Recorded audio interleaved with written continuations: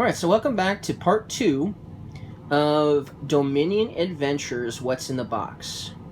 So the first two cards we're going to talk about are Mizer and the Magpie. But let's first start with the Mizer.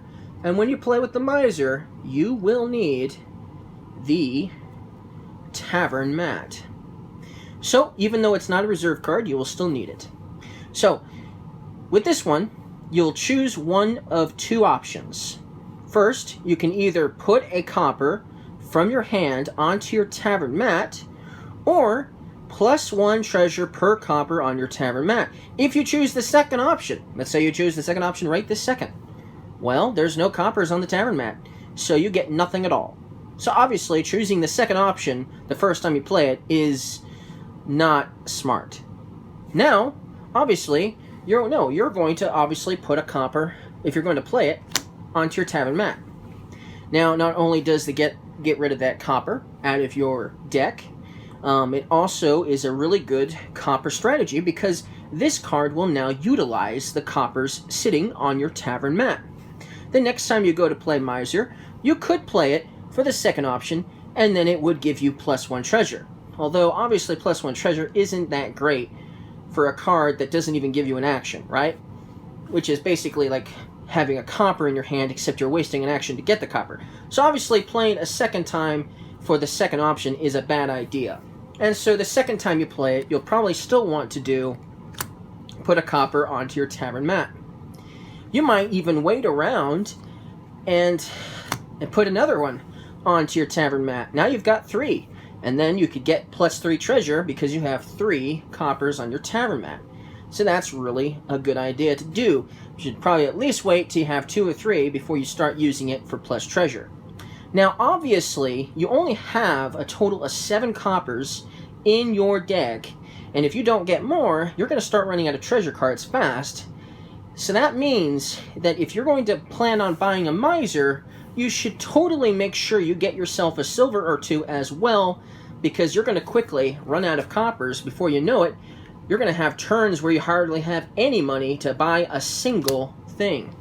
But once you start getting a bunch of coppers on here and you have a few treasures in your deck, like silvers and golds, this will still be more powerful than a gold because you could potentially get a lot of treasure for playing the Mizer, which is pretty cool. And so Mizer is definitely a copper strategy card, and I am definitely a copper strategist. So that is definitely a really fun card to play with, for sure. Let's go over the next card, which is called the Magpie. Well, with this you'll get a card, and you'll also get a plus action. Then you reveal the top card of your deck. If it's a treasure, you put it into your hand. So that's cool. It's a treasure card you get to put in your hand. So now you might get 2 cards if it happens to be a treasure card, right? That's pretty cool. If it's an action or victory card, you gain a Magpie. So that's really cool. You get another card that's going to give you a card in action and potentially give you an extra card. Who knows? If it's a treasure card, if you have a lot of treasure cards in your deck, the Magpie could definitely be giving you a bunch of extra cards into your hand, for sure. And of course, if it isn't one of those, as long as it's an action or a victory, you'll gain a Magpie. So if it's a curse or if it's a wasteland, you're not going to get a Magpie, you're not going to get a treasure either. You're just going to reveal it, and put it back. Basically, that's what's going to happen. Because it's not going to be any of the other ones anyways, and if it's an action or victory card, it's going back to the top of your deck regardless of the case. But if you play a lot of Magpies, it's still going to give you an option of possibly giving you other cards to get, because every time you play it, you get a plus card anyways. So the Magpie is definitely a fun little card to play with. And I like this one a lot as well. Alright, so here we have Port and Ranger. The first card, Port, it's going to give you a card and it's going to give you 2 actions. So it's basically a village. It's basically what that is. However, what makes this a little bit different than your average village is when you buy this, you'll gain another port. And so you get 2 ports for the price of 1. Or you basically get 2 villages for the price of 1. So that's a really nice card. I like that one a lot. Then we have Ranger. With this, you're going to get a plus buy. That's what you're going to get. Then you're going to turn your journey token over. It starts face up. So if this is the first time you played it, and you haven't played another action card like, I don't know, the Giant, for instance, if you haven't played that one, and this is the first action card that works with the journey token, it starts face up. Well, you're going to flip it. Now it's face down.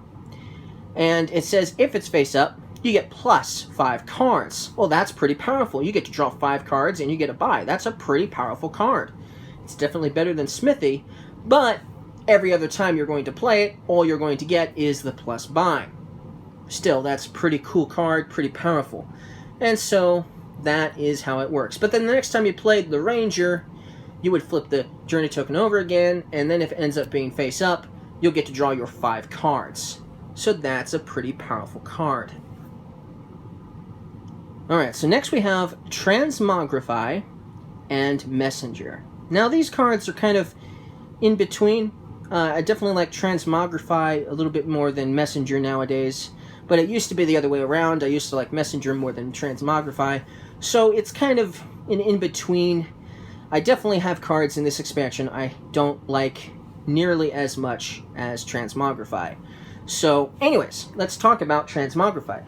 And when you play with Transmogrify, you play with the Tavern Mat, because it is a reserve card. So, let's see what it does.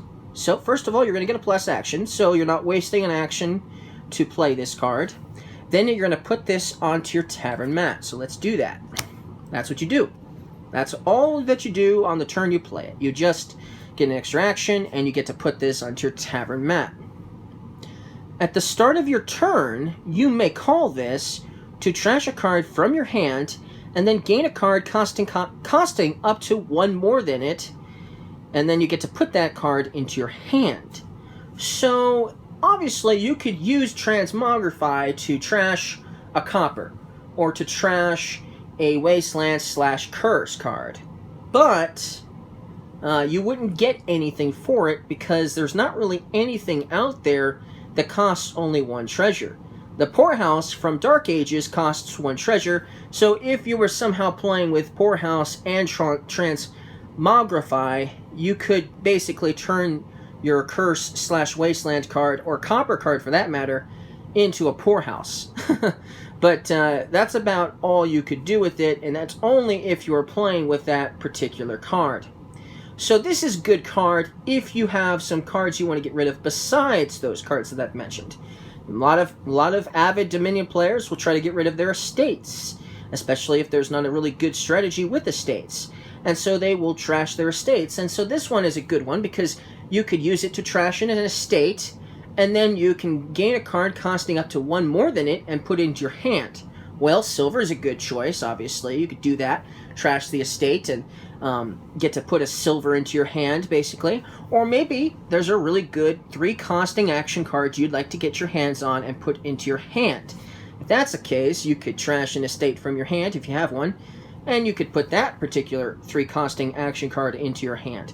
And so it's a pretty interesting card. There are definitely some other uses you could do with this card. If you had a particular card in your hand you weren't going to use because it just didn't work at that right particular moment, you could use Transmogrify to trash it and then gain something even more powerful to your hand. That's really cool. So Transmogrify definitely has a variety of uses.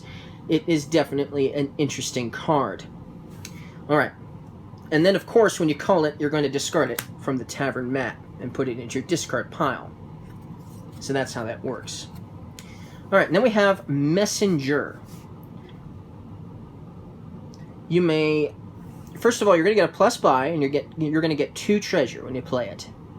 Then you may put your deck into your discard pile. You may. You don't have to. But maybe there are some cards you want to play sooner rather than later, and they're sitting in your discard pile, and you still have a deck full of cards. And maybe there's some really good cards you just recently bought. So that could be handy. That could make it much easier to get those cards played sooner rather than later. And there are definitely some cards in this expansion that you will definitely want to play sooner rather than later. Anyways, so that's an option. Then, when this is your first buy in a turn, you'll gain a card costing up to 4 treasure and each other player gains a copy of it. So that's really interesting. So if you bought the Messenger and it was your first buy, meaning this is what you bought for your turn, for your first card, you then gain a card costing up to 4. And then everybody else also gains a copy of that card as well. And so maybe it's a good card. Maybe the card you're going to gain is really good. Maybe it's not that good. Who knows? It's your choice. But all your opponents are also going to get it as well. So maybe it's a card that works for your strategy, but maybe not necessarily your opponent's. And so the Messenger has a couple of interesting uses for sure, and this definitely, adds a lot of variety to the game in more ways than one. Alright, so here we have Treasure Trove and Relic. Now these are both treasure cards that you might be playing with. Treasure Trove is like a silver, because when you play it, you get 2 treasure, like a silver, but it does cost 5 money. But the reason why it does is whenever you play a Treasure Trove, you'll gain a gold and a copper. So when you play this card, you're going to gain a gold and a copper. Now that's pretty powerful. You get a lot of golds this way. It's definitely a good card. But a lot of players don't like the fact that they're also going to be gaining a copper at the same time. So some players may not buy this because of the whole copper doesn't work for their strategy. It doesn't bother me because, like I said, I'm a copper strategist, so it's totally worth it in my book to get a gold and a copper at the same time. Definitely a pretty nice card. Then we have Relic. Now this is definitely one of my favorites, and it was hard because it would have, if I was going to do top 10 favorite cards in the expansion, it would have definitely made the top 10. This is definitely one of my favorites. So with Relic, you're also going to get 2 treasure when you play it, just like if it was a silver. But when you play this, each other player puts his -1 card token on his deck. So, for instance, let's do a for instance. Let's say this is your deck. Well, this is the token that's going to go on your opponent's decks whenever you play the Relic. Whenever a player, so this is what the token does. When you withdraw a card, instead lose this. So let's say it's their next turn, and they're going to draw a card on their next turn. A card tells them to draw a card, like the Village says you get +1 card, +2 actions. Well, they're not going to get the card, they're going to get this instead, meaning they get to take this off, and they don't get any cards. Basically, that's what that means. If they were to play a Smithy, which tells them to draw 3 cards, they would remove this and draw 2 cards. So that's basically how it works. And if somehow this is played before they draw their next hand, let's say for instance, you play this card, this goes to the top of their deck, your opponent's turn is next, he has that sitting on his deck, he has a hand of 5 cards, but none of the cards in his hand tells him to draw cards. He plays his turn, he buys his card, he ends his turn, and then he draws his next 5 cards for his turn like he normally would, but instead of drawing that 5 cards, he's going to take one of this instead off and draw 4 cards. And so that's another thing that could happen as well. And so Relic is definitely a powerful attack card for sure, and could definitely mess up some strategies with your opponents, which is another reason why I like it so much, because it's so unique. Alright, so here we have Artificer and the Wine Merchant. So let's discuss Artificer first. With this, you're going to get a card, you're going to get an action, and you're going to get a plus treasure. And that's a pretty powerful little card, but it does a lot more than just that. Discard any number of cards. You may gain a card costing exactly 1 treasure per card discarded, and then you get to put it on top of your deck as well. So that is pretty interesting. It's really, really cool.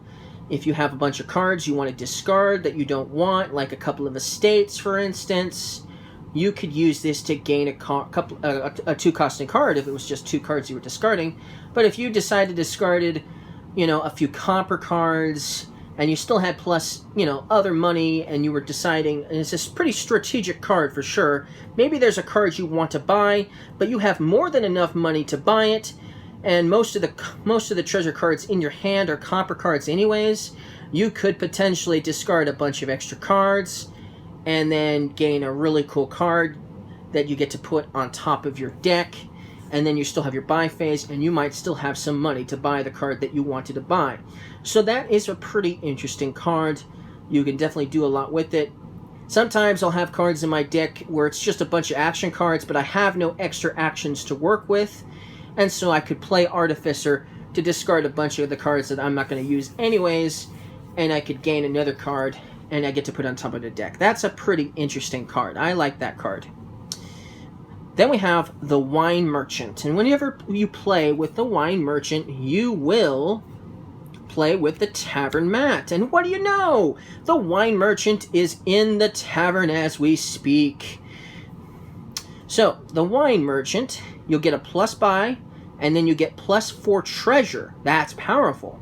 And then you get to put this onto your Tavern Mat. So you put this under Tavern Mat after you get the buy, after you get that extra treasure, which is a lot of money, obviously. Now, the Wine Merchant, he will sit there in that tavern sipping his wine for quite a while unless you can do this. At the end of your buy phase, if you have at least 2 treasure unspent, you may discard this from your Tavern Mat. So if you do not have at least 2 treasure that you weren't able to spend or decided not to spend, he is going to be sipping wine in the tavern, or should I say on the Tavern Mat, for quite a while for sure. So that's a pretty thematic card that works with the Tavern Mat for sure. It's a pretty powerful card as well. So the Wine Merchant is definitely one of the good ones out there. And then, of course, when you call this from the Tavern Mat, or should I say, when you get this from the Tavern Mat, you're going to discard this and put it onto your tavern. You're going to discard this from your Tavern Mat. That's what I mean. So that's still a pretty cool card. Alright, so next we have Royal Carriage and Distant Lands. And if you're playing with both of these, you are definitely going to need your Tavern Mat. So with Royal Carriage, you're going to get +1 action, and then you're going to put this onto your Tavern Mat. Then directly after resolving an action, if it's still in play, you may call this to replay that action.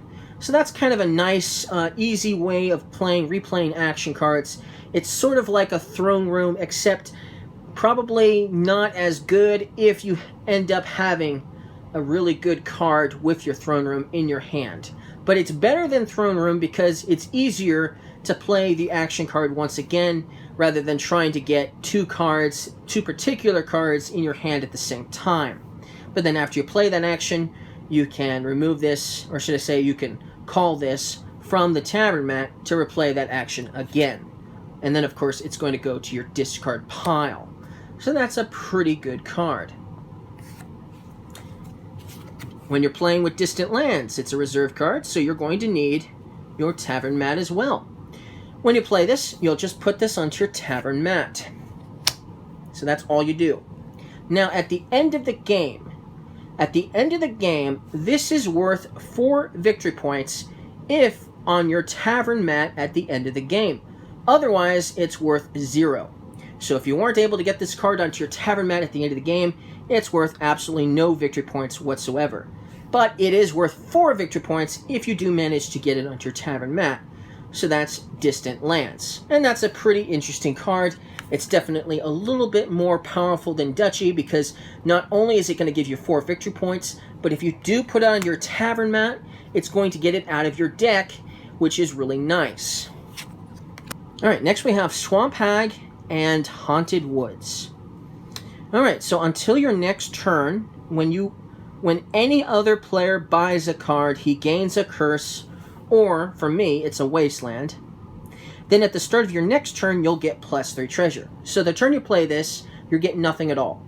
But on your next turn, you're going to start your turn off with 3 extra treasure, which is really nice. But what makes this even more powerful is if your opponent buys a card on their turn, they're going to get that minus victory point card in return, which is pretty cool. And so you might deter your opponents from buying cards on that turn to avoid getting a ton of those obvious minus point cards. Now, if you're playing a 4-player game, and you play this, and then your opponent plays this, and then your opponent plays this, well, obviously, if you're playing a 4-player game, the person who goes next after the other 3, and they all played Swamp Hag, if that player was to buy a card, then he would get 3 minus point cards.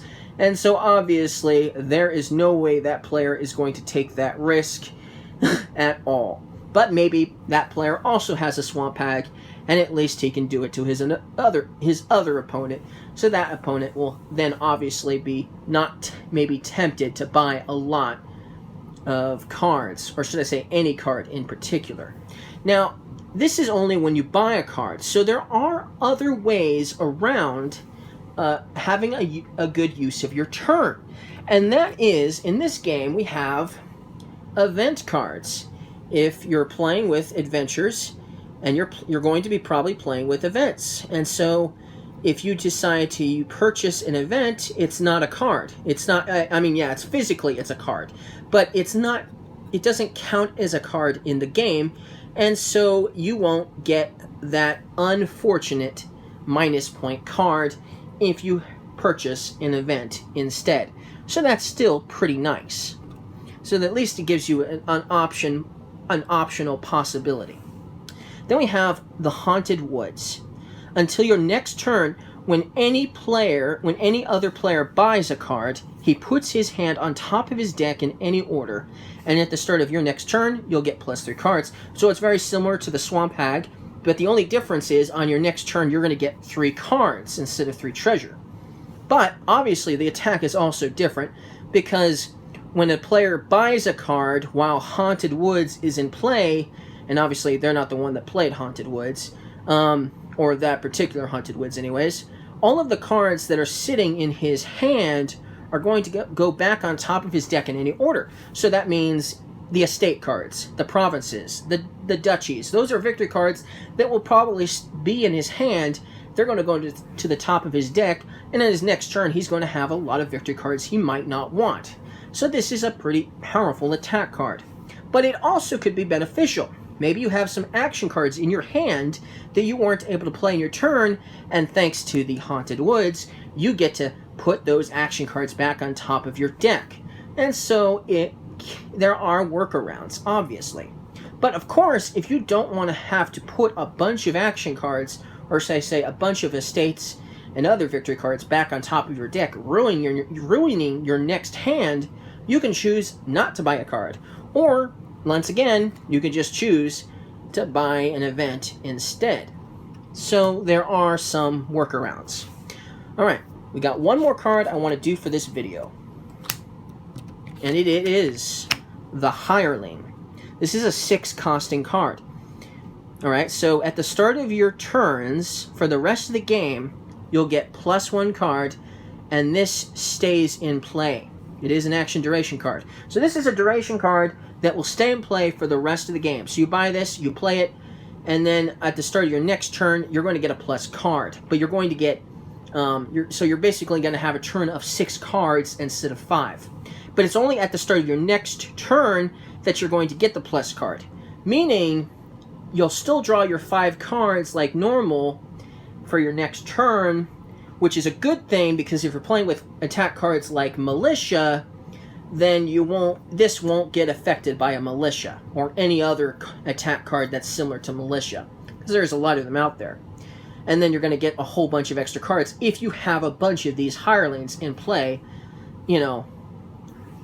for you. That could be possible. You could potentially have 2 or 3 of these, and then instead of having 5 cards for your hand, you're going to have 8.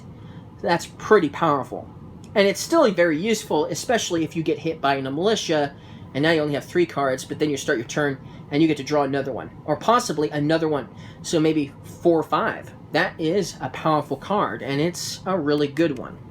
A lot of players definitely like playing with the Hireling. Alright, so that is all we will do for this video. We still have a few more cards to go over, and then we have some events. I want to go over some of the events as well. See you guys in the next video.